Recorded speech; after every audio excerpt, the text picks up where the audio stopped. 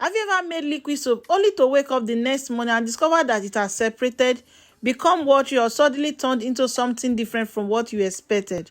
I know that frustration, and honestly, sometimes the problem isn't just your recipe. If that has happened to you, don't worry, you are not the only one. Today I'm making liquid soap, but I'm not going to give you another boring add this and add that tutorial. Instead, while I made this batch, I want to tell you about some of the common mistakes that can completely change the final result. So mistake number 1, rushing the mixing process. One mistake I see people make is rushing the process.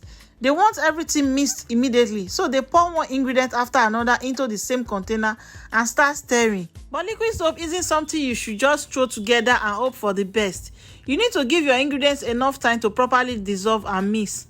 If you rush this part, you can end up with lumps, uneven texture, or ingredients that haven't properly incorporated into the soap.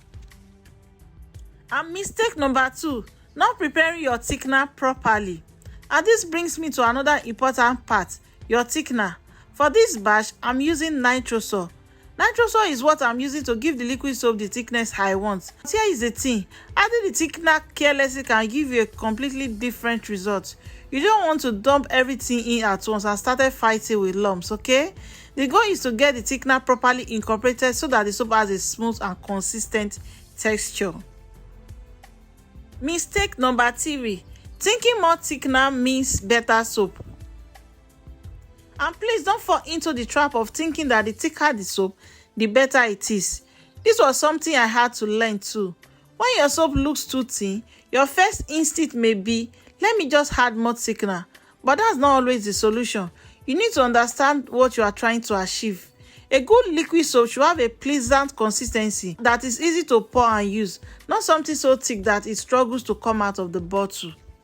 Mistake number 4, trying to fix everything by adding more ingredients. Another common mistake is trying to fix every problem by adding another ingredient. The soap is too thin, add something. It doesn't foam well, add something. It looks different, add another chemical. Before you know it, you have added so many things that you don't even know what caused the original problem anymore. Instead, stop, look at the soap, identify the actual problem first, then decide what needs to be adjusted. Okay? Another common mistake is using dirty containers or utensils. Contamination can affect the soap and shorten its shelf life. Using poor quality or contaminated water. Water quality matters, especially for products you want to store for a while. Another common mistake is mixing too aggressively.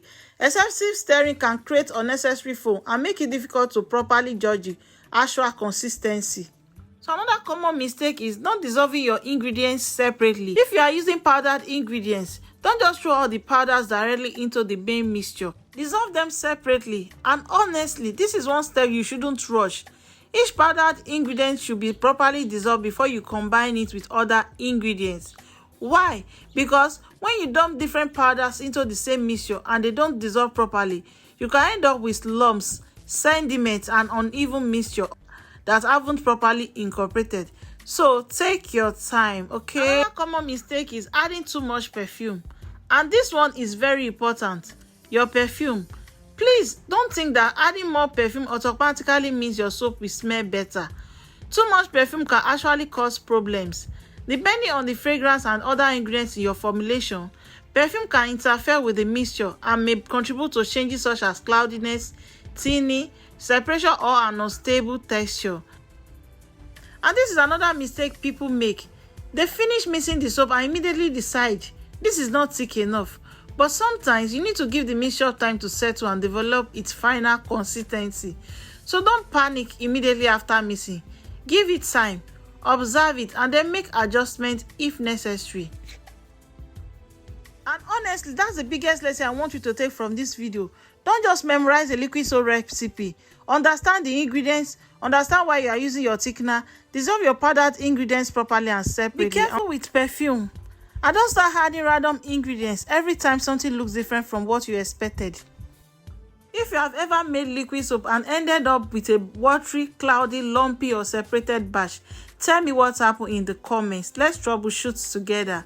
Thank you so much for watching. Don't forget to like, comment, and subscribe for more. See you in my next video. Bye bye.